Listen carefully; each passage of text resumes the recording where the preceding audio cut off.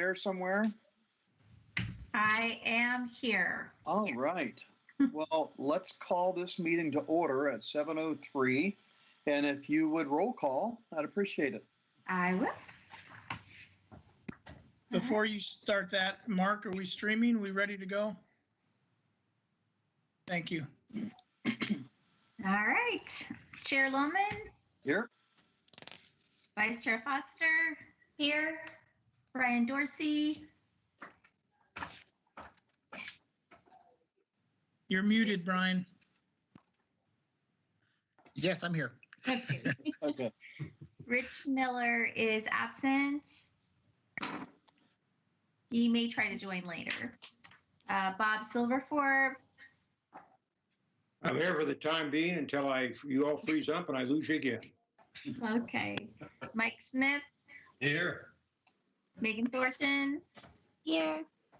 Chris West, Here. and Lori Zwingli. Here. All right, very good. Thank you. And we have Counselor Kim and Chief Groth and Angie. So we almost have a full complement tonight. Excellent.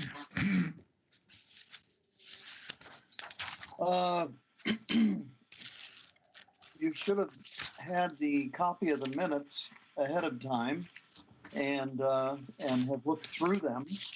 Are there any additions, deletions, corrections? Ralph, I checked them over and they look good. I did not go in and review Bruce Coleman's and all that type of stuff, but what is here in print looks good. So I move they be accepted as submitted. Okay, we have a motion. Is there a second? I'll second. I second. Okay, who was that? That was Mike. Okay, Mike seconded. We have a motion and a second to approve the minutes. Is there any further discussion? All those in favor signify by saying aye. Aye. Aye. Opposed, same sign. Very good. Thank you. Just shoot that last page to me, Angie, and I'll sign it and fire it back. Sounds good. Will do. Board announcements, board member announcements. Let's see. Let's go backwards. Let's go with Lori Z. Shaking her head. Nothing. She's got nothing for us. Chris West. I do have a little bit to share. As you know, I admitted that I was moonlighting to the city to the east for work, the city of Tigard, on a project where they're looking at building a new police station, city hall. They've got stuff that was built in the 80s and 90s and it's fallen apart. But anyway, in working through that and being involved with mostly their management team, the incidents that happened here a couple weeks ago with police officers responding to a domestic dispute was a little close to home because Tina and I lived in that apartment, the Glenwood Manor, I think it is, 26 years ago before we got into our own place. So one, I was tracking it for two reasons, because of the work I'm doing for the city of Tigard, but also because the incident happened there. And I have to say that with the experiences I've had on this advisory board and understanding procedures that the chief has gone over with us and the challenges and those sorts of things, my heart went out to the city of Tigard, not only the chief, but the other officers and the community. And then they unfortunately had some protests the following night that impacted not only some businesses, but also City Hall and the police station. So I'm thankful that we haven't had that sort of an incident yet.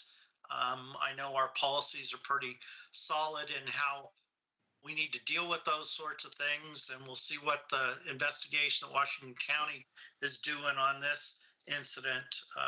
But I think I was better prepared to be observing and giving them advice on their other policy stuff as it related to what happened because of the involvement on this advisory board. So it's a little too close to Sherwood, but hopefully the report will come out and any changes that need to be made will be dealt with. So that's my comments, Chairman. Okay. Thank you, Chris. Megan, you have anything for us tonight? I don't. Well, actually, I have some kind of exciting news. My parents and grandmother and aunt got their first round of the vaccine last week. So that was a nice surprise.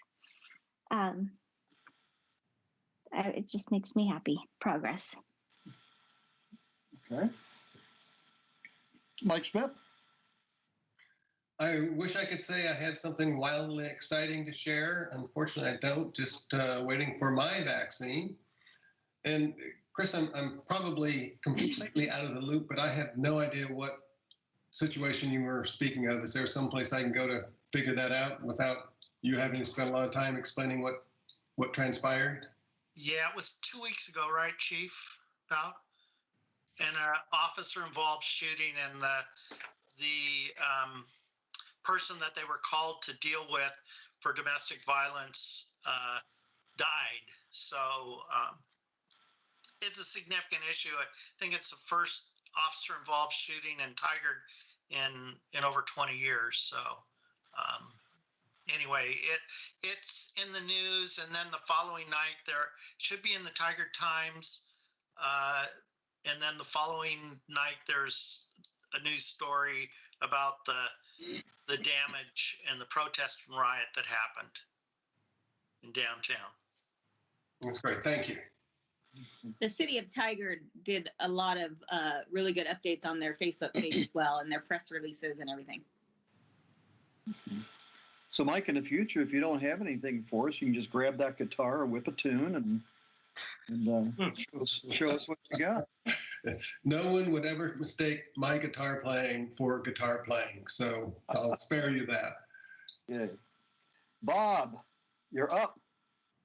Several weeks ago, my wife and I took a class online. It's an AARP senior safe driving class, and it was terrific. It's about a 8-hour class.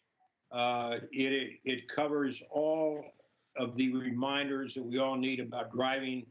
It talks about technology and cars, how we can use it, and really zeroes in on how to be a better driver.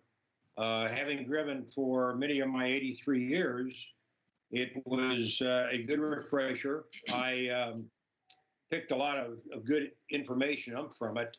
And I recommend anybody that is a member of AARP and looking around, I'd say the majority of you might be at least 50. I would recommend that you think about it. Not you, huh, Kim? I see your head nodding no. Also, a few minutes ago, we were talking about Zoom. And for what it's worth, I'd vote to have Zoom more than Microsoft Teams anytime. I just think it runs better and is a better operation. So, Kim, I heard what you said. If the city ever gets the situation solved and you're on Zoom, I really would like other commissions and boards maybe to go to. And Chief, I saw you took a drink a few minutes ago. Is that a Pittsburgh Steeler glass you have? Boo. Uh-huh. It looks like it. I'm sorry to see that. I hope in your heart you're going to be rooting for the Kansas City Chiefs this Sunday. And because your team is out of the playoffs. That's all I have, Ralph. By Cleveland, of all places.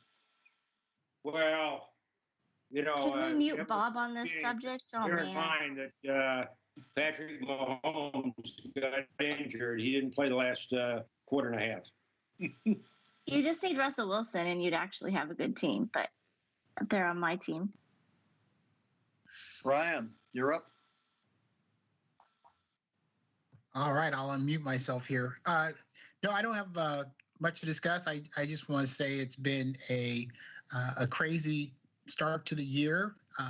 But again, we have got a wonderful city. We've got wonderful leadership, wonderful SPD staff, and I was really able to speak to our preparedness. We had some restless neighbors, some restless friends about what would happen with the inauguration and possible protests. But again, I was just very thrilled and my heart was warmed to see that none of that made its way into Sherwood and very little into Portland. Of course, you know, we always have our challenges in the downtown area, but just really thrilled to see that nothing tremendous or disastrously happened on that day. So looking forward to moving ahead and making progress and seeing our board do some great things this year. Okay. Diane?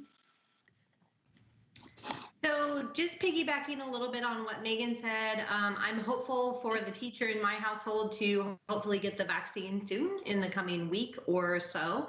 And so my shout out tonight is actually just a lot for the school board in Sherwood and the teachers that are constantly shifting and moving to what the new metrics and the new return to school is for them. So I watched the online board meeting last night. I watched it this morning, and wow, there was over 3 hours of very good information. So really good. Everybody's being very flexible and working with kind of what they have right now.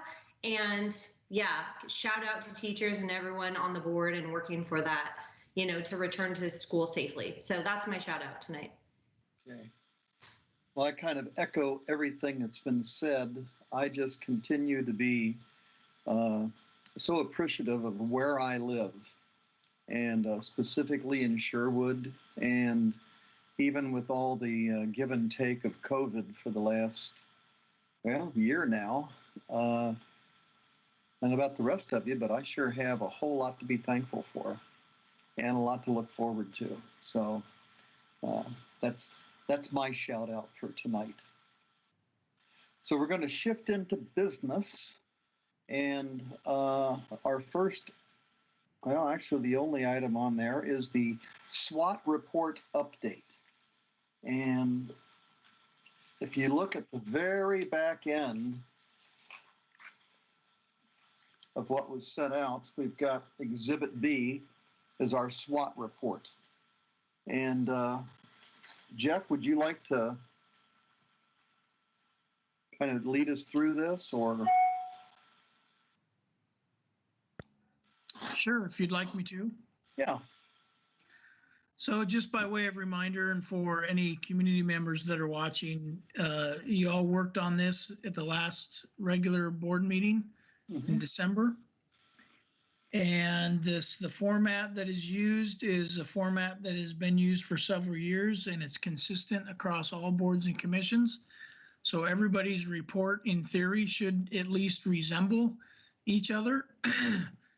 Some will have more, and then of course differing content, but they basically will look the same way. So they're laid out to list strengths, weaknesses, opportunities, and threats, and then cover 3 of the most significant accomplishments of the past year, which would have been 2020, and highlight 3 goals for the upcoming year, of course, 2021. So you can see that you guys, for your strengths, in no particular order, by the way, these are not numbered, so there's no significance to the listing, represent a cross-section of the Sherwood community. And I will offer some explanation there because the question was asked what cross-section means. And if I capture the conversation correctly, that was that there's different segments of the community that are represented.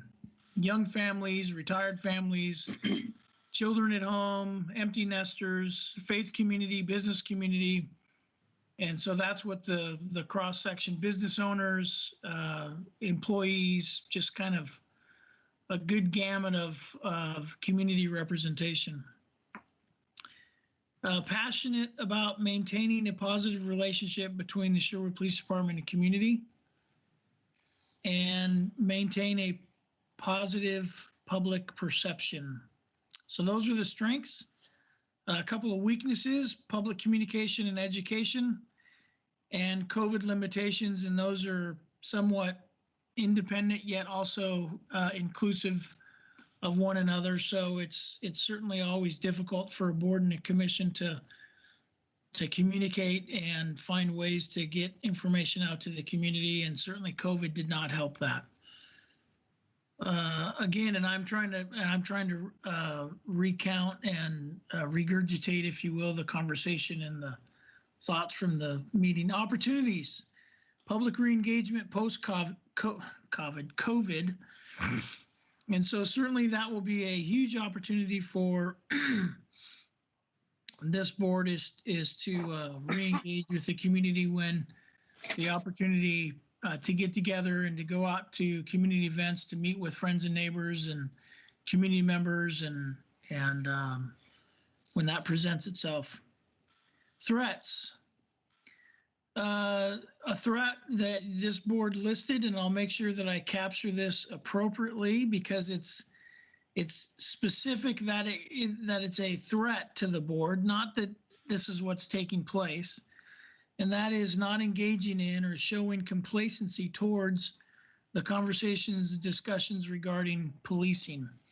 So that would be a threat, meaning that if that's what happened, that would be problematic. The board does not feel like that's happening.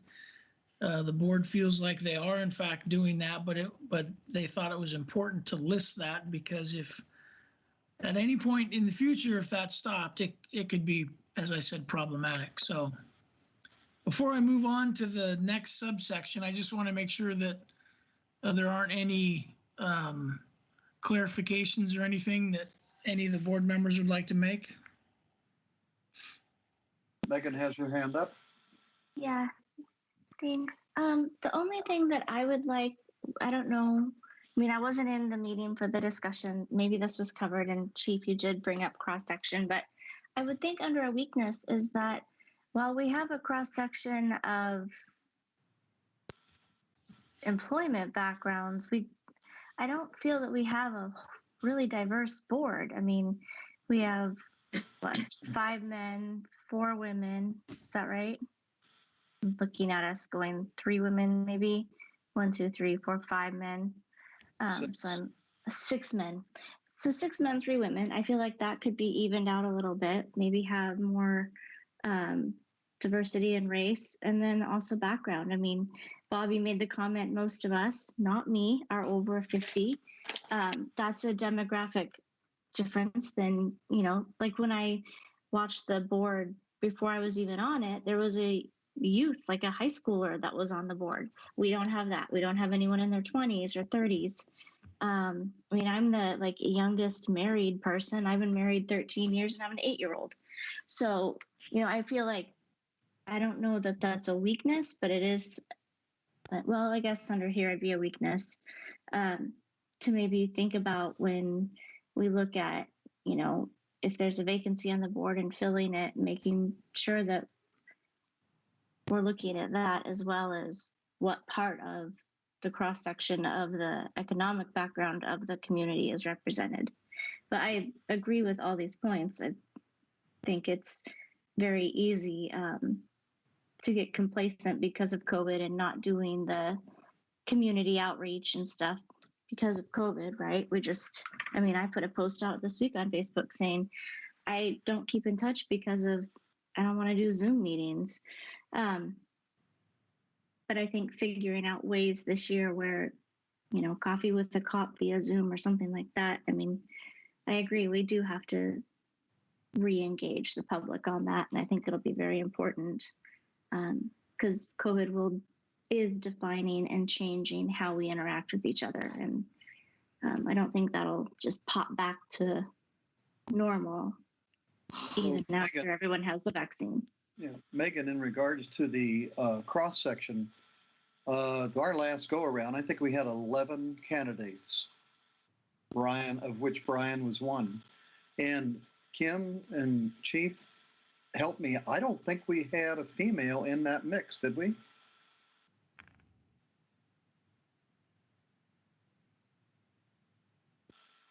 Kim, you're muted.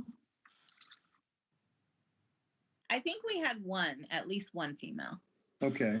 But, so my comment to you, Megan, is, we put the ask out there, and if people aren't responding to that, and then we work with the mix that comes to us, and we try to pick the best person. In the case of that last group of 11, I think 10, maybe 10 and a half. It wasn't a complete 11, but there were, let's just say a solid 10, of which Brian clearly rose to the top. But so That's shocking that only no women or maybe one. Thanks. Yes. So perhaps if if that's an issue that we need to wrestle with, or at least look into the future with, the next time we have a vacancy, when we put that out there, maybe it's incumbent upon we members to start soliciting people. Good point. That would be beneficial to the board, not just diversity just for the sake of diversity. That doesn't trip my trigger. No, not at all. I agree.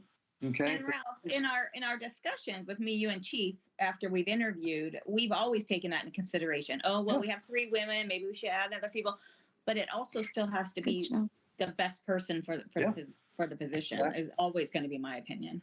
So I completely agree with both of what you're saying. I like your idea, Ralph, of okay, when there's a vacancy, let's reach out and say, okay, this is the current makeup. I'm not saying like, oh my gosh, this is something wrong and we need to fix it now. And Okay, I think we are aware. Bob, you had your hand up. Yeah, well, I want to jump in here for a second. As I recall, when this board was first set up, there were certain requirements or business people from the faith community, a lot of different, retired, whatever, kind of a cross section, if you will, of the Sherwood community. And the initial board was pretty much set up like that. Now, I recognize that when there's an opening, you kind of get what you would show. Not everybody that you might want is going to apply. And I'm well aware that there are a lot of other boards and commissions that are anxious to have people join them also.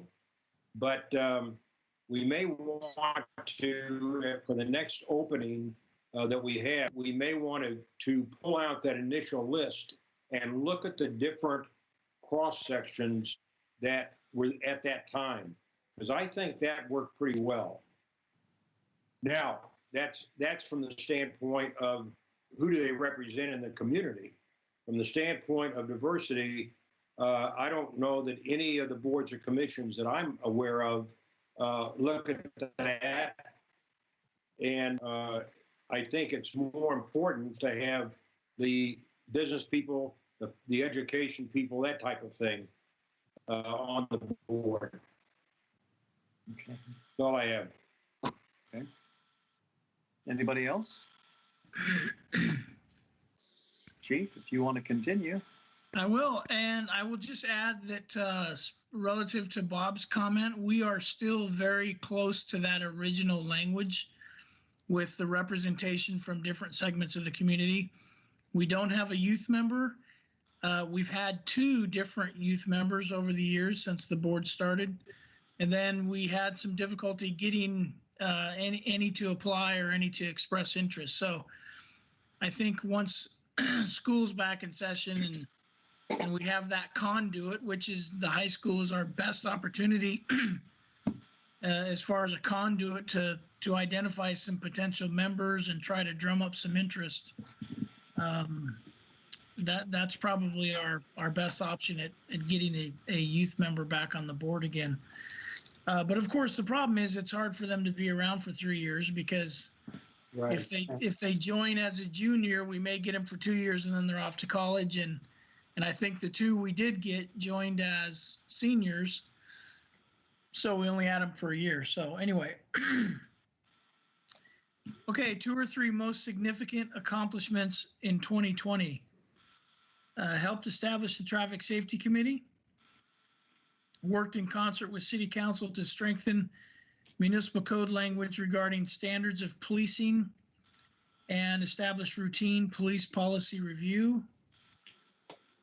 And then finally, heightened awareness of the Police Advisory Board. 2 or 3 major goals for the coming year. Continue consistent review of police policies and provide input as necessary.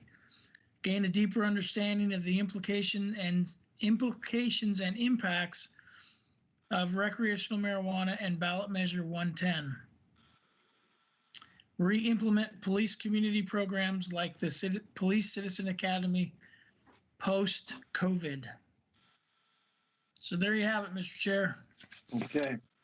Thank you, Chief. Do we have any comments on that? Additional comments?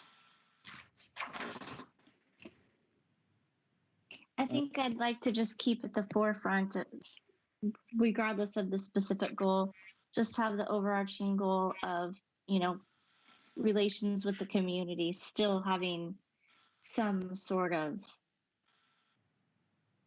I don't know what. I mean, we can't do coffee with a cop, obviously, but, just making sure there's open lines of communication and FaceTime, I guess. I just don't know how, but I would like to see that even in the virtual world during COVID. Okay. Traffic safety update. Mike? Chris? Well, we're plowing through stuff that we get from the community, from citizens. There's no easy answers. It's obvious why the city council wanted a traffic safety committee to address, at least at one level, these challenges that city staff's been dealing with. But I'm feeling good about what we're doing and the discussions we're having. I think we're helping. We're getting really good input from city staff, and I think having us asking questions and stuff is helping them focus some of their limited resources on things to assess. So I think it's going well, and that's all I add. Mike? I agree. I was giggling at myself because I heard recently that the most common COVID phrase is now "you're on mute," and I found myself doing that. So, but I agree with Chris. I think that it's going very well. I think our last meeting was December 10th. Is that? And we worked on our SWOT report as well. Came up with a very good one, I thought. I also agree with Chris. A shout out to Bob Galati, if none of you have worked with him, city engineer. Whenever we have any questions regarding any of the situations we're talking about and we need some research, Bob is the one who does that. And the last time we had some issues on Meineke Parkway and needed some research. And oh my God, we got like 8 pages of really pertinent data that, I drove by and looked at it and would never have come up with all of that, just, but it really helps to make good decisions, I think. On the SWOT report, I think we had 14 citizens complaints. We've made a decision on 8 of those, 4 were pending and 2 are still to be reviewed. So we've made some really good progress on the complaints that have come through. So, and it's a really interesting, a lot of interesting discussions during the session. So good subcommittee. So how are the feedbacks or the responses to the people when you feed back to them? Any input on that?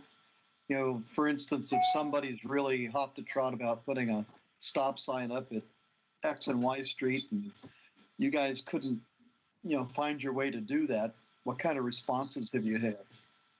I think Angie could probably answer that better than either Chris or I, because we don't get those responses back directly. So Angie, do you have any input on that? For the most part, a lot of them, they'll watch the meeting because they're curious how it's going to go. So sometimes they're disappointed, but they also, for the most part, there's good information provided at the meetings. So sometimes they understand, but we've had, for the most part, people are understanding if they're not able to get what they're asking for. But No one has come and stood in my yard and screamed at me yet. Let's put it that way.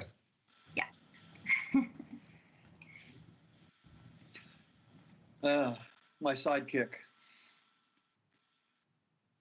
Kim, I think you're up for counselor news. Before, Mr. Chair? Yep. I want to just add a bit, sorry, Counselor Young, if I can just jump in really quick. No. Oh, okay, I'll wait. No. I just want to make an editorial comment regarding something that applies both to Police Advisory Board, but also the Traffic Safety Committee. And since the Traffic Safety Committee is much newer and dealing with, the stuff that's coming in from the community, what I really appreciate, and I think others do as well, but specifically from my perspective as a career police officer and a police leader for over a decade now, it is the community engagement component of both those boards and commissions. So specifically, when we talk about policing, one of the things that we discuss and strive for, or should be striving for, is to legitimize policing. You've heard that term, I'm sure, police legitimacy. And so how do we make something legitimate? And so I think everybody can reflect on some kind of a process you've been involved in, whether it had to do with a job or it had to do with some kind of a disciplinary thing or a review of some kind, whatever it is. And when you walked away from that process and when you felt that process was legitimate, there were specific reasons why you felt that way. And probably one of the main reasons was that you were engaged with the process. You understood the process. You were given an opportunity to provide input into the process.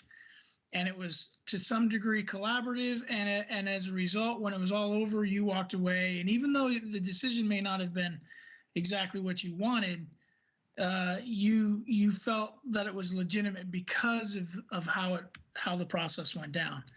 And so I use that analogy to talk about policing and community engagement. What we've done with the Police Advisory Board and the Traffic Safety Committee is we've established this process now for people to share concerns. As a part of the process, we've allowed them to engage with the process. And so the value of what Megan's talking about that we all miss is how that opportunities for engagement have been affected. But we'll get back to normal. But when people engage and they gain understanding, they build trust, and it legitimizes that process. So when Angie talks about people that we follow up with and say, hey, listen, your complaint is going to be on the agenda for Traffic Safety Committee on such a date. You can watch it live or you can watch the recording afterward. And then we get feedback from them that say, hey, thank you for all the work you did. I watched the video and I'm really disappointed that it didn't work out that way, but I really appreciate you guys looking into it. That is legitimizing the complaint they had and building legitimacy into that entire process. So I just wanted to, like I said, editorialize that because that's what we're striving to do. That's what engagement is all about. And that's why when you hear me talk about relational policing and building relationships in the community, that's what we're hitting at. And that's what my team is focused on, is establishing relationships, providing opportunities for the community to engage with us. They may not agree with what we do all the time, but when they know they have a voice and an opportunity to be involved in the process, it establishes that legitimacy. And so anyway, I just wanted to add that because that's when we first started talking about forming the Police Advisory Board, that's what it was all about, was to provide that level of community engagement that did not exist presently.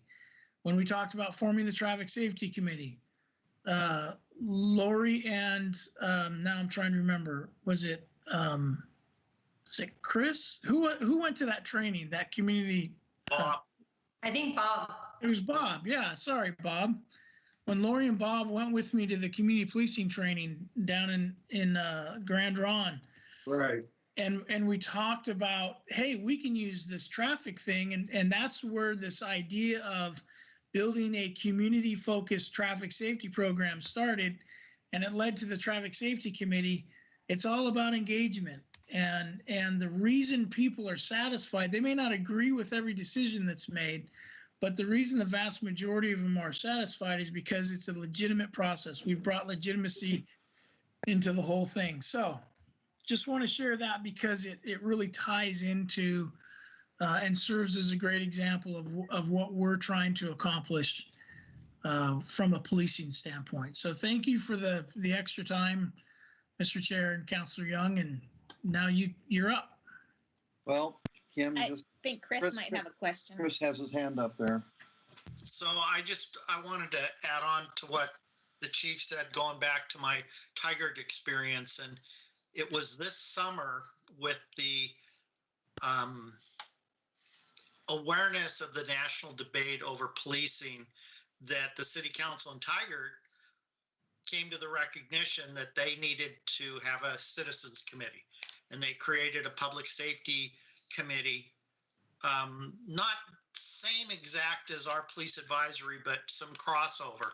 And it had met 2 times, basically 2 organizational meetings before this incident happened. So, I'm again grateful for the time we've had in engaging our community in these important discussions. And I'm glad to see that the city of Tigard recognized the need too, and I wish them luck. I just wanted to add that. Thank you. Kim. All right, I have a few things. So since our last meeting, our first meeting in January, we had our swearing in ceremony via Zoom. That was interesting. But Judge Jack came and swore in the 3 councilors and the mayor.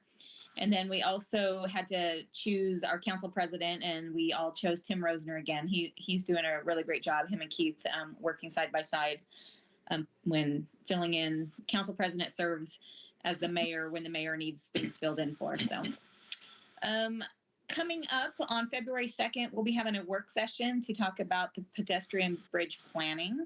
So while we're still looking for funding and trying to find ways to fund that project, we are still moving forward with some sort of planning on that. So we'll have a work session on that. Next meeting will also be approving council liaisons, which is what I am to this board.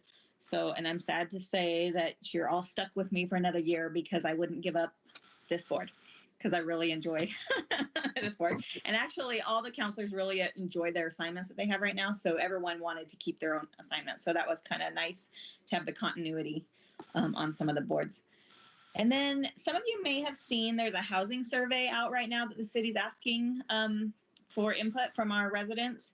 And it's basically to help us with some design standards for development code amendments, possible development code amendments to support a range of community housing choices. And this is all in response to that House Bill 2001 that was signed in, I want to say 2 years ago.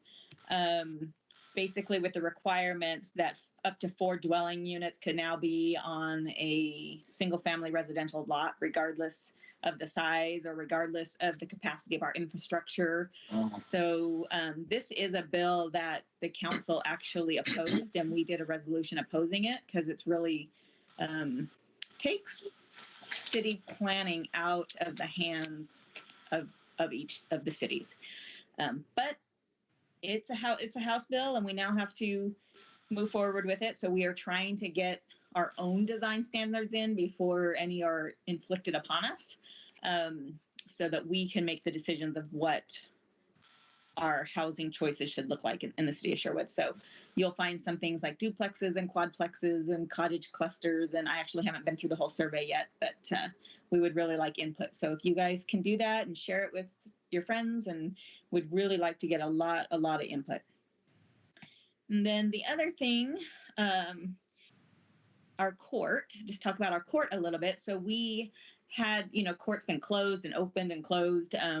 When it was open, they were trying to do it at the art center to have more space. But logistically, that was just a little difficult for the staff.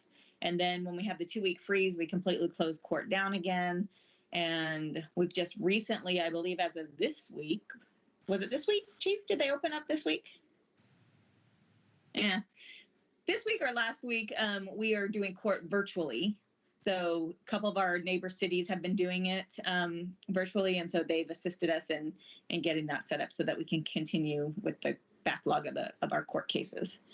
And another thing that I just saw, and Chief might be able to chime in on this on our upcoming agenda for next meeting, is we will be asked to approve an IGA with multiple agencies allowing sharing of police records. So we use the Mark 43 records management system, and apparently some of our neighbors, cities, I don't know, Chief, desire to share records for the purpose of enhancing public safety. So I just saw that tonight, and I thought, oh, Chief might be able to chime in on that and tell us that great purpose that's going to serve. Yeah, absolutely. Sorry, I was a little slow on the mute before, but that's all right. I was going to have to say I don't remember. I wasn't aware that it had reopened, so distracted with other things. But so yeah, we actually have 2 IGAs that are scheduled to go on consent next week. The one that Councilor Young referred to. So there's several agencies in Washington County, several agencies in Clackamas County, and several in Marion County, and then now also the Clark County Sheriff's Office. I believe it's Clark County, but now includes Clark County, have begun using Mark 43 as their records management system. And because we're all in the same system, we have, the access to the same system, which means it's easy to view data that other people load into the system.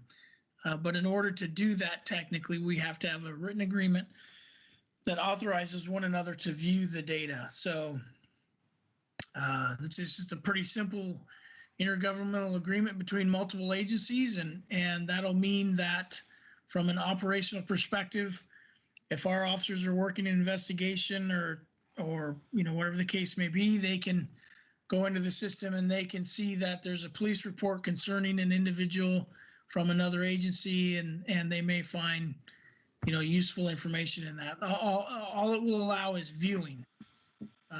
So it doesn't give us any access beyond that. And then the opposite is true.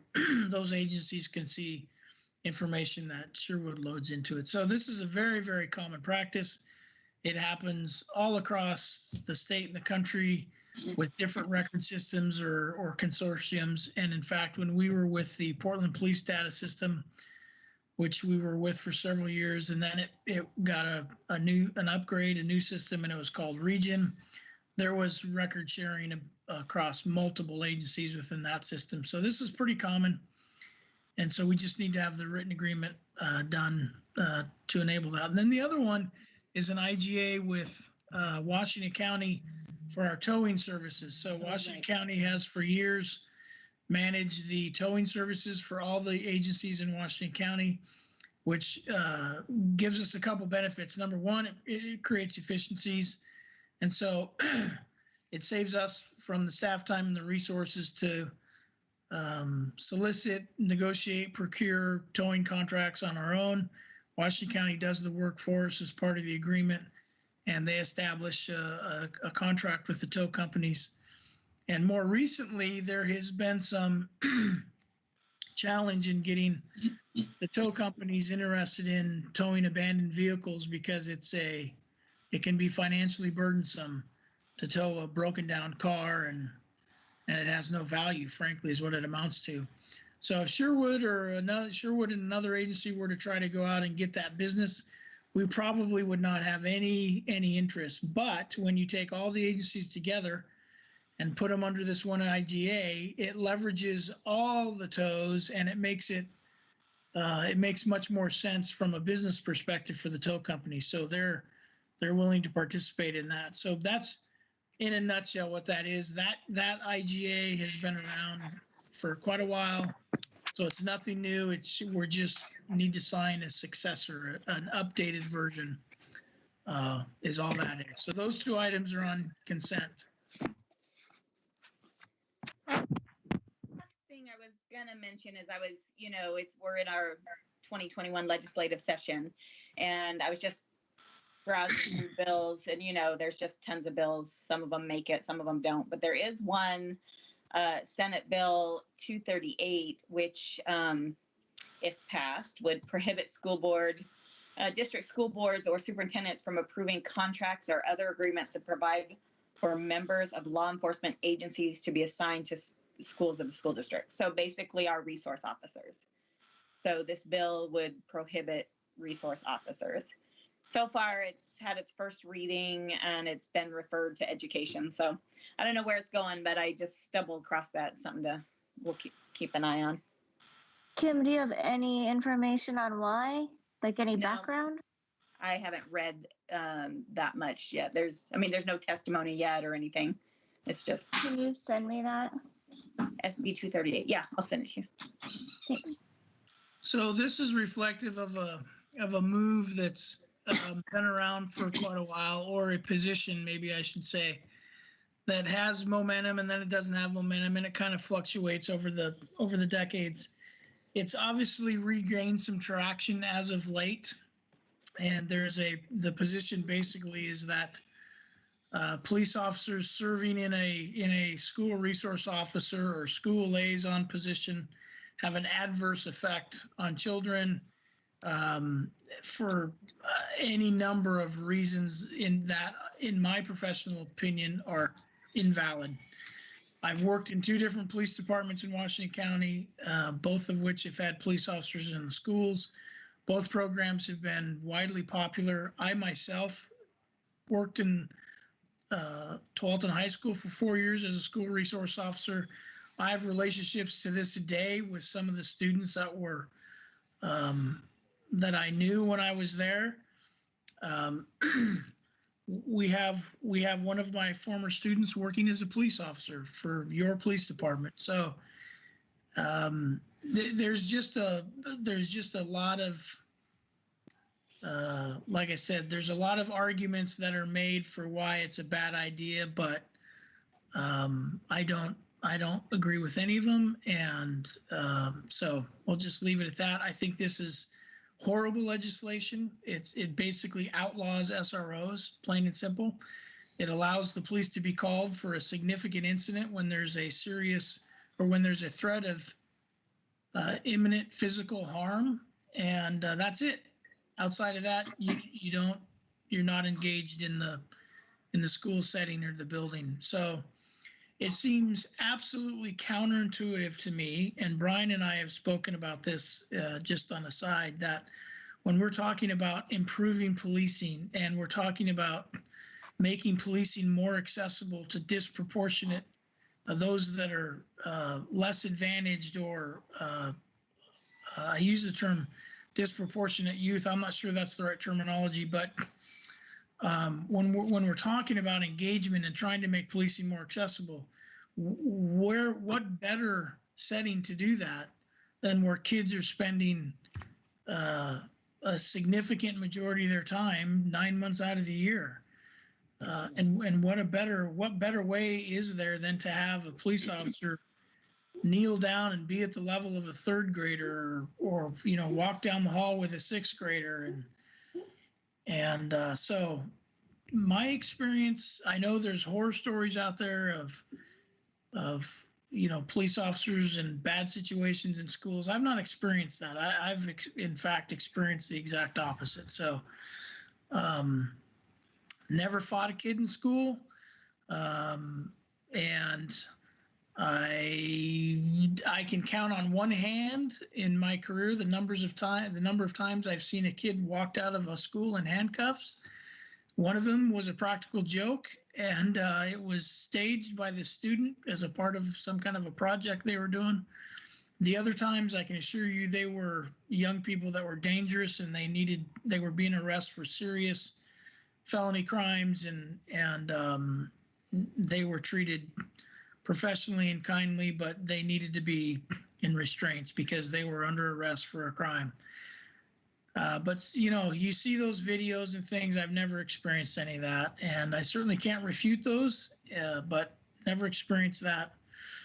It's also of note that Tigard-Tualatin School District just went through a very thorough community input and community listening session to explore this topic, and as a result of feedback and input from the community, they made the decision to retain their school resource officer program in the Tigard-Tualatin schools.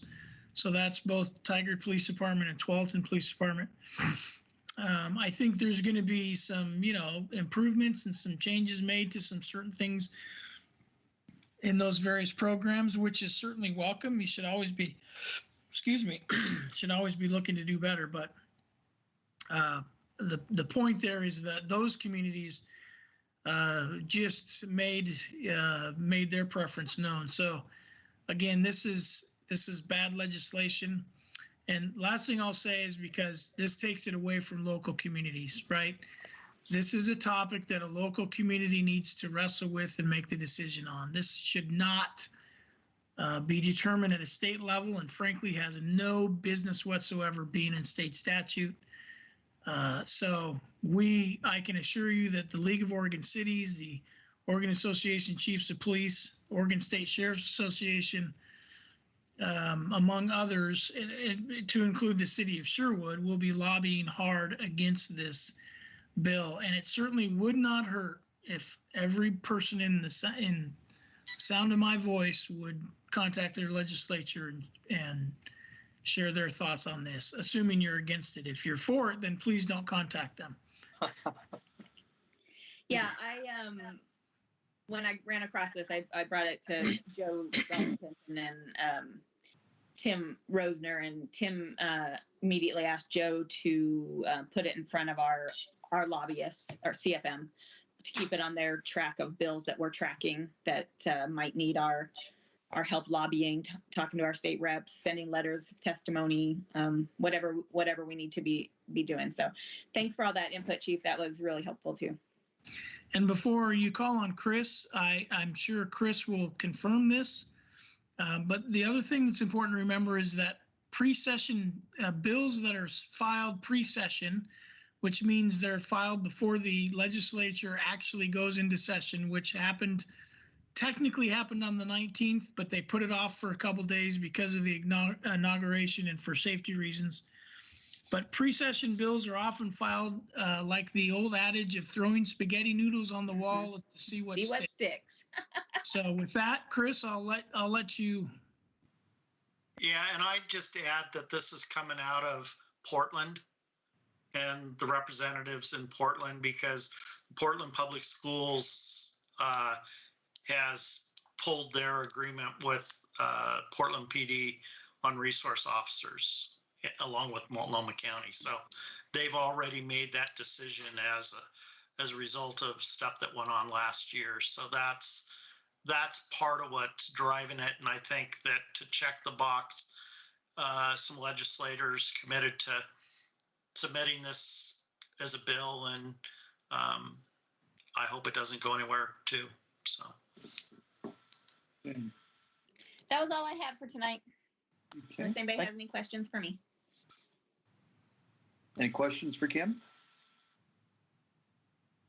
Thank you, Counselor. And we're glad you're back for another term. Staff reports. Chief, have you had your shot yet? You're muted. Sorry, couldn't resist. I'll get into that. I should have made a note on here on the agenda. I apologize, I didn't. You'll notice we did not have a policy review tonight, and that is because we are in an update process. So I can tell you that the use of force policy is there's another update to that as a result of additional legislative tweaks that Lexipol is catching up with. There's a couple other minor updates. I can't remember where they were. They were in a couple of mundane chapters. And then we as an agency, not triggered by Lexipol, but we will be making some updates to our pursuit policy to clarify some language and responsibilities in that. So once we have those done, and then the other update is that the entire policy manual was renumbered. Long story short, the manual was, Lexipol used a particular numbering system that reserved open spaces for an agency if you wanted to add your own chapters or, sections. After a certain period of time, I guess, if I remember right, that the need for that goes away. And so then what Lexipol recommends is that you go to a standard numbering system, which frankly makes more sense because it's chronological, right? So the numbering now makes sense. There's not, you don't go from 306 to 310. So now you go 305, 306, 307, and so on and so forth. So it's a much more logical numbering system. The problem is it changed the numbers for multiple chapters, right? So a chapter that used to be 309 is now could be 305. So I have to introduce that as an update as well. We have to load in the new manual with those new numbers up on the website. So I'm in the process of that, and it's on my stack or in my stack. And it's frankly, it's just been the last couple of weeks have just been crazy busy. So vaccination, we as a police department have undergone our first round of vaccination. So Tualatin Valley Fire and Rescue was what's referred to as the push partner for Washington County first responders. They were the agency that was selected to administer the vaccinations. So we have offered the vaccination to members of the police department. It's not mandatory, and that was the position the city took on that. And so it's folks want to get the vaccination, we got them scheduled, and they went in and got it. Since it's a medical subject of a medical procedure, it's not something that we can talk about. So I can't, obviously can't tell you who has or hasn't. Anybody that wants to volunteer that they've gotten the vaccination is certainly welcome to do that. But, and so I will tell you that I have in fact gotten my first shot, and so now we're waiting for round 2, or we're waiting because there's information out now. It'll be interesting to see what happens. There's information out now that the scientists, and I don't know exactly where it came from. I just heard today that they're saying that in fact one shot of the vaccination is showing very promising efficacy against the virus. So if there's a shortage of vaccines, they may choose at some point to say just get one shot, and we'll get more people one shot. And so I don't know what's going to happen, but so that's the vaccination update. So we're tracking the Oregon vaccination plan, and it seems to change every day as they make tweaks and adjustments and trying to get as many people vaccinated as they can. Was there a question, Megan? Hand went up and then it went away. Well, I'm not sure exactly how to phrase it, but and maybe Kim, maybe this is something we talk about at our coffee in a couple of days, but it seems odd that when you have public officials, that they wouldn't be required to get a vaccination, similar to like kids going to school have to get a vaccination, right?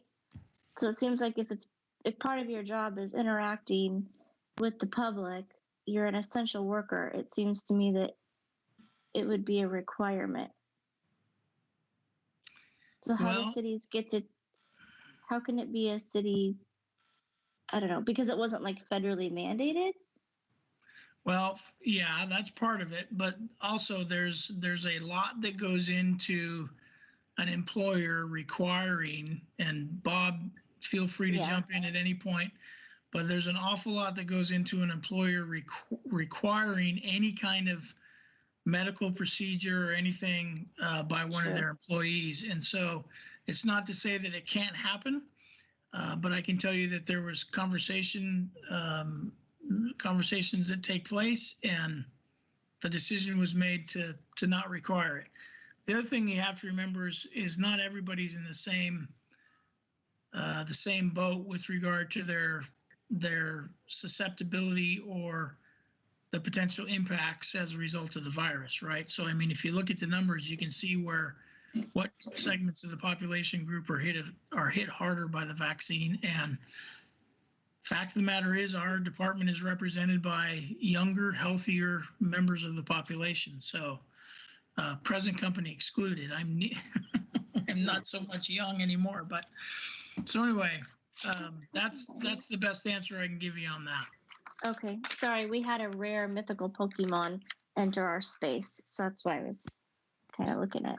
And those Megan, things. as far as city council goes, we weren't, that was an administrative decision, so that wasn't something that came to city council.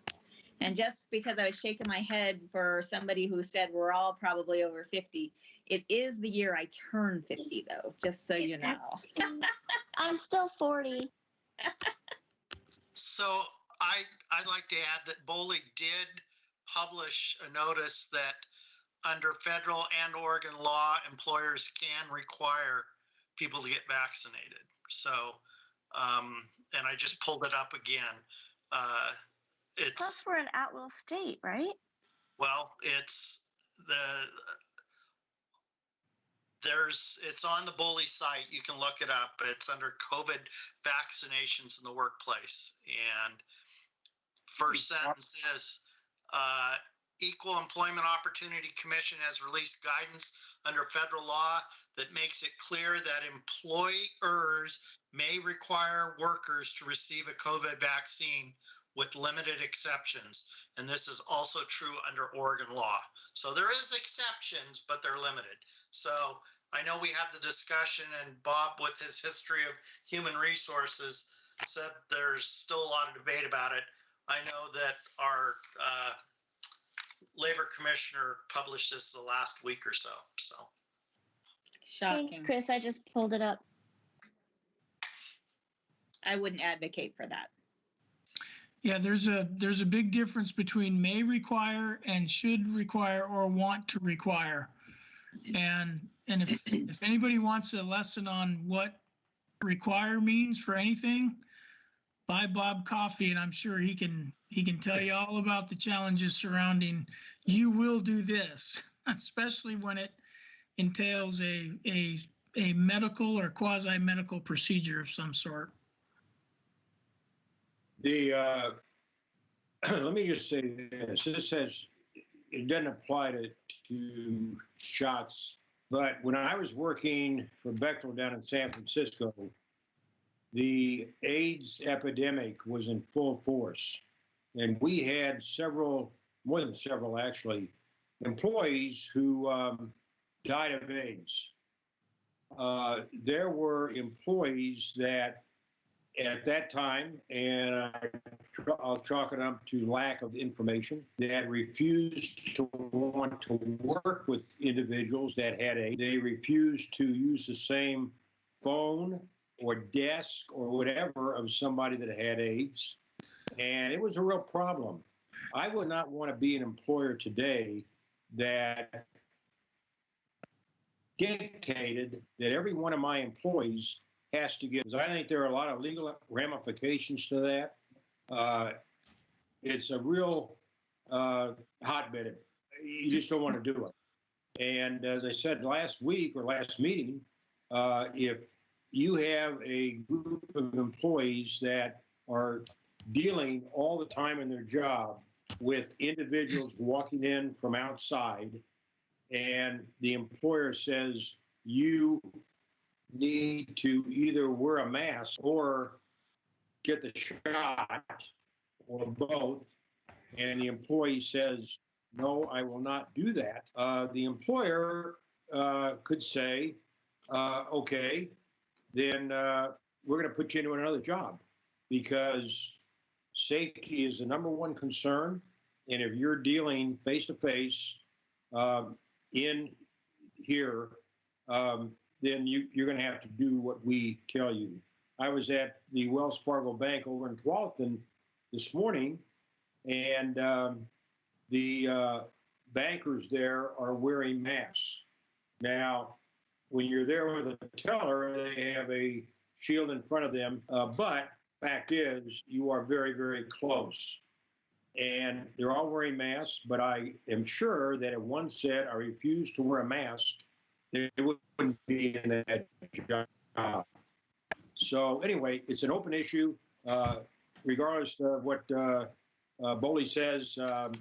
Again, I would not want to be an employee or employer that had to determine what I want for each one of my employees. You know, it's the same thing as getting flu shots.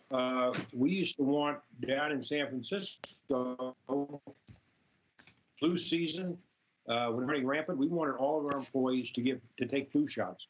And we brought in individuals that gave the flu shot, cost nothing for the employee. There are certain individuals that refuse to take shots. They don't want to take a vaccine. And there are some that are afraid of needles and refuse to take a shot for that reason. It's all over the board. And I find it very difficult to think that any agency is going to dictate one thing that every employee is going to have to adhere to. You know, it's going to be interesting to see what happens. President Biden signed an executive order today that requires that anybody in federal property, courthouse, wherever, has to wear a mask. And I'm sure we're going to be seeing situations of people that refuse to wear a mask. That's just the way it is. Anyway, continuing story, we'll see what happens. Thanks, That's Bob. it, Ralph. So, Chief, you mentioned hiring earlier. Did Yeah. you cover all of that? No, I was just making sure there was no other comments. So we have the final two positions open that we're working to fill, and we have two candidates that are in different stages of the hiring process. One that is very close to completing the hiring process and may in fact have a job before long, and then another one that is not quite as close. So we'll keep you posted on those, and but so far so good. If we end up washing out either one of those, or I don't anticipate that we'd wash out both, but then we will need to open the recruitment again and start over. So Are these laterals or? the first one is not, and so we will have the challenge of trying to get them into a basic police class, and there's none scheduled right now, so we'll have to work through that. The other one that's further back in the process is considered a lateral, would not need to go to basic police. Nice. And that's all I have, unless there's any questions about anything. Any questions Thanks for for Chief? answering all my questions tonight, Chief. Always. Always. So before we get into citizens' comment and adjourning, is there anybody that has anything else to bring before the PAB? Mike does. I do. Just Oh. real quick. Okay. Just a question for the chief. Chief, back on our SWOT report under threats number 2B, the ballot measure 110. I was just wondering if there at this point have been any impacts regarding the approval of recreational facilities in Sherwood? Or is it too early in the process? Well, you're asking about two different things. So recreational marijuana is completely different than ballot measure 110. So Sorry. and two different answers. Okay, forget ballot measure 110. Recreational marijuana was what I was interested in. Yeah, it may still be too early to tell, but there's really no suggestion that there's going to be much of an impact just because of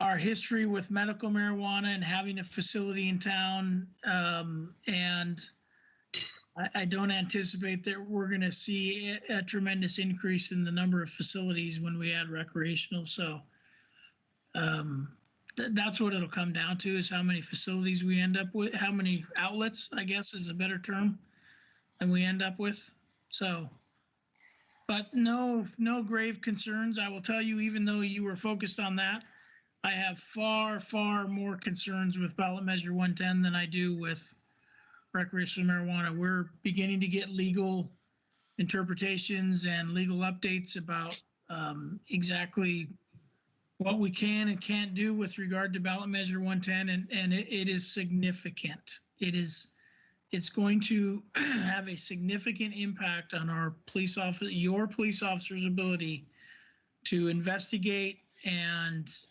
address drugs in the community. It's as simple as saying you're allowed to have, and I'm gonna make this really simple and really silly, but that's the easiest way the best analogy to draw. You're allowed to have up to five marbles. Okay, you're allowed 5 marbles. If you have more than 5, it becomes a misdemeanor. So if you have 6 to 10 marbles, it becomes a misdemeanor. If you have more than 10 marbles, so 11 or more, it becomes a felony. So in the course of a traffic stop, a call, anything, I discover that you have 1, 2, 3, 4, 5 marbles in your pocket. That's okay. And I do not have any legal ability to think that you might have other marbles hidden somewhere else, even though I know that you are a marble shooter, right? I can't, because what you've got is legal. There's no probable cause. There's no reasonable suspicion to think that you would have any other marbles. And we've encountered twice in the last few months.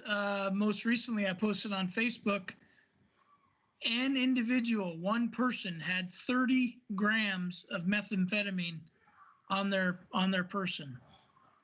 So how many marbles is that? Yeah, that would be like 20. Okay, so that's trouble. Yeah, and so I think you get my point. Again, it's kind of a silly analogy, but it's going to have huge impacts on policing across the state. I can tell you that. So it's still too early to tell, but I'm far more concerned with that than I am with recreational marijuana, and not to mention the fact that recreational marijuana is arguably, some would believe, a far less dangerous drug, and on ballot measure 110, we're talking about substances that I don't think anybody with any scientific basis could argue are not dangerous. Cocaine, methamphetamine, and heroin and LSD. My goodness, those are dangerous drugs. So more than what you asked for, but there you go. That's great. Thanks, Chief. Chris? To follow up on Mike's question, and I will admit I was a marble shooter back in the day. So, but Chief, I'm just we are shocked, Chris. Just absolutely shocked. Chief, I'm curious of your feeling about the governor's proposal to close 3 to 4 prisons in the state system. Because I know with some of the work I've done that Lane County was having to ship people, or some of the smaller counties were shipping their prisoners to other counties and stuff like that. And there sometimes wasn't enough beds, but that's not the state penitentiaries. I'm just curious. I don't have a sense of why we could afford to close 3 to 4 prisons. Thanks for the easy question, Chris. I think the best way for me to handle this without being or even appearing to be political is that the discussion and the conversations around prison bed space and prison are pretty deep and pretty I knew the word I was going to say and all of a sudden it escaped me. But they're pretty significant conversations. They have to do with types of crime. They have to do with a lot of them have to do with procedural justice. And so I think the argument has been made that there's many people in prison that perhaps shouldn't be in prison. There's a lot of money that's been invested in what we call justice reinvestment, which is funding programs, taking money from prisons and funding programs that work with offenders to keep them out of prison and to try to have more success at rehabilitating them. So there's a lot of things wrapped up into those decisions, and I'm not going to speak against the governor. Not that you've asked me to, but I'm just saying I'm not going to do that. And it's a topic that I really don't feel like I can do justice to or want to wade into in this setting. I will tell you that it's a topic that I would really encourage folks to look into and do some of your own research and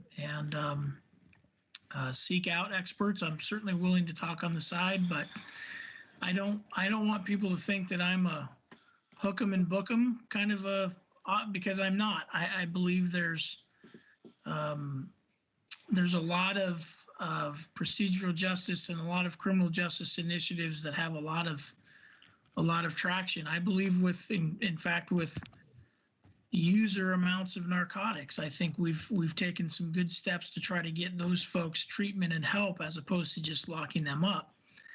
And I just got done talking about ballot measure 110. What we need to wait and see what happens is does that really turn into more treatment beds as was promised?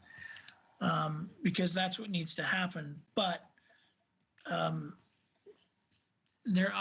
also a firm believer in accountability and motivation to change. So I think that's the bigger issue surrounding prisons for me is Measure 11. And I will tell you that there's talk and a move afoot to once again come after Measure 11 and try to do away with Measure 11. The Oregon DA's Association just released a community survey and some data regarding that.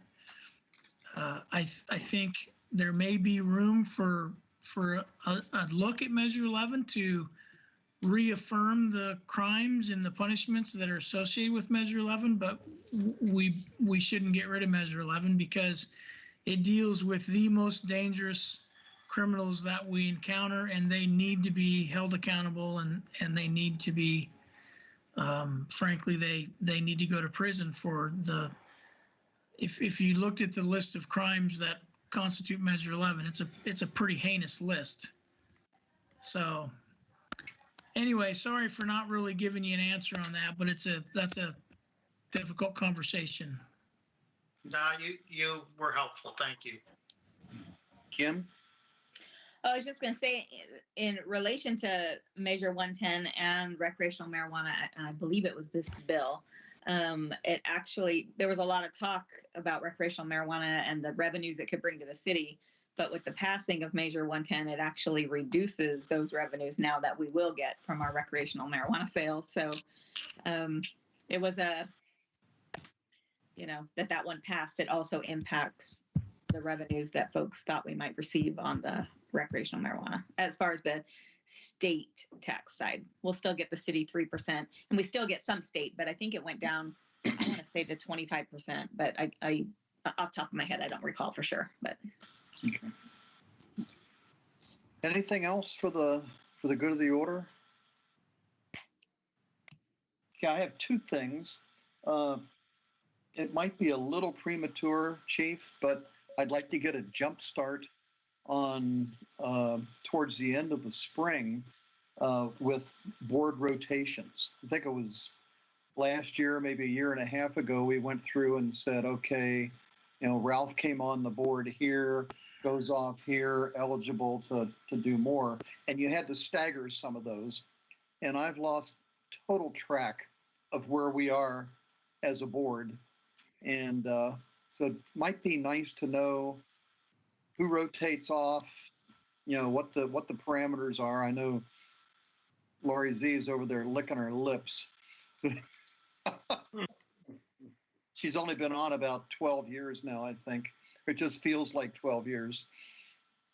Anyway, I'd like us to take a look at that, and I'm sure you've got that data tucked away somewhere. It's on the city website. Uh-huh. Okay. And Yeah. Angie and I were actually talking about this today. We pulled up some material and actually got a little confused.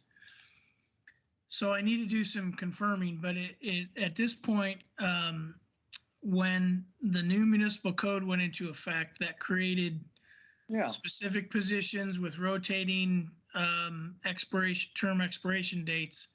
It moved everybody to June 30th or June 31st. I can't remember how many days June has in it, but 30.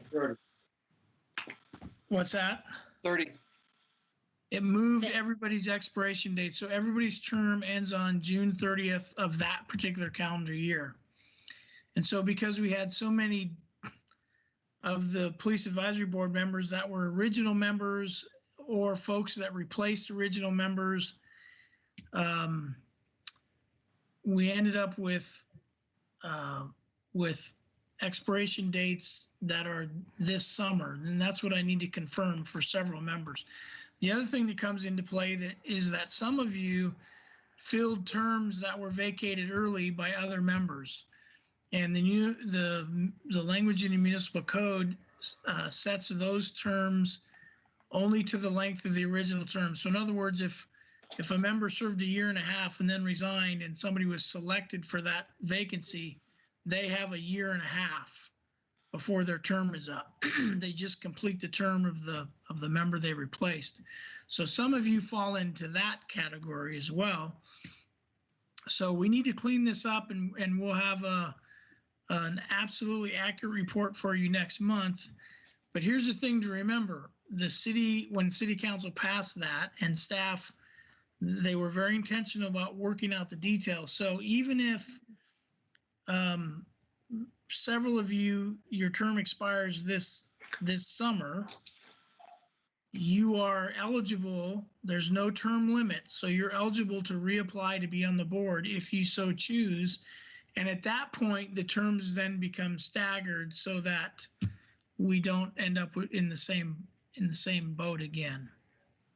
So for this board, because it was a newer board, when that work was done, we had to be a little bit creative how we got that all figured out. So I think that's about as close as I can get, but next month we'll make sure we bring that in so that everybody knows exactly what that is. And again, you need to be, most of you, there's only 2 of you that as I recall, that potentially that your term doesn't expire this summer. So you need to be thinking about, do you want to reapply to be on the board again? Because I think that's going to be a fairly simple process for reappointment. And if you don't, that's perfectly understandable, and we'll fill whatever vacancies we need to. And then after that, the terms are staggered. So moving forward, July of this year, moving forward, some of you will have a term that's 1 year. Some of you will have a term that's 2 years. Some of you have a term that's 3 year, right? To create that staggering. But that was the only way we could do it. We couldn't do it the first year of fixing the calendar. So I hope that makes sense to you. Well, it does. I know Megan and I came on at the same time, and I think this is our third year we're in. So it's pretty easy for us to figure that out. But the rest of you haven't got the slightest idea. Except Brian. Yeah. And don't go by the website, because apparently if we're talking June, the website site all says March of 2021. So it's not Yeah. accurate.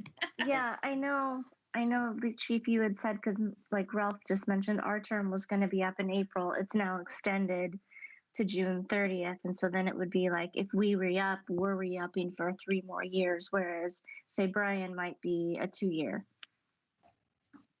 Yeah, and I'll be able to bring I that. don't know. I'll be able to tell you with specificity next month how that's going to play out. Okay. And then also the application process again. Yep. Is it a complete do-over for the application, Chief, or can you just Not put your necessarily. request? I don't think so. I think you just let me know that you want to re-up. I notify the mayor. I have to confirm this. I notify the mayor and he approves of the reappointment. Okay. I think it's a much more simplified process than what it used to be. Okay. As long as Does I that don't sound have, right, Councilor Young? Yeah. We for a lot of our boards and commissions, mayor will approve a reappointment if it's somebody's second term. And I mean, he does like to see some turnover eventually of boards, but if you're going into your second term or third term, I mean, we want people that want to serve. So. Yeah. as long as I don't have to interview with Ralph again, that was scary. Oh, yeah. You don't know how scary it was for me, Mike. Okay, I have one other item. My wife and I will be leaving for Hawaii February 10th, and we'll be coming back March 29th. So I will do my utmost to take my iPad with me and log into the meetings while we're over there. And I've asked Diane if she would be willing to, as our vice chair, to chair those meetings, just to be a little bit closer. And she said she would do that if her work didn't interfere. Are we still good? Yeah, travel is banned still, so we're good. Okay. So in all probability, I will be involved in the meetings, but Diane, I appreciate you for doing that. If my wife says, hey, I've got dinner reservations, I just might have to do that instead of having an evening with you wonderful folks. So it's, somebody's got to go do that and test the water. Don't get it in it, Chris. What? Chris and I think that you definitely would want to spend your time with us, Ralph. Well, obviously, but, happy wife, happy life. So. Ralph, I'll have to. Parker just said that to Matt last night, Ralph. Yes, Chief. I'll have to forward you the email that just came out from TSA about the new travel restrictions that go into effect on February 1st. Sorry to be the bearer of bad news, but. Yeah. I've got it all worked out, Chief. Got it all worked out. Was there? Whatever we have. Go ahead. What else do we have? Well, I'm going to ask Angie if there's any citizens' comments that we have this evening. We do not have any citizens' comments tonight. Okay. So if there is nothing further to come before the Police Advisory Board,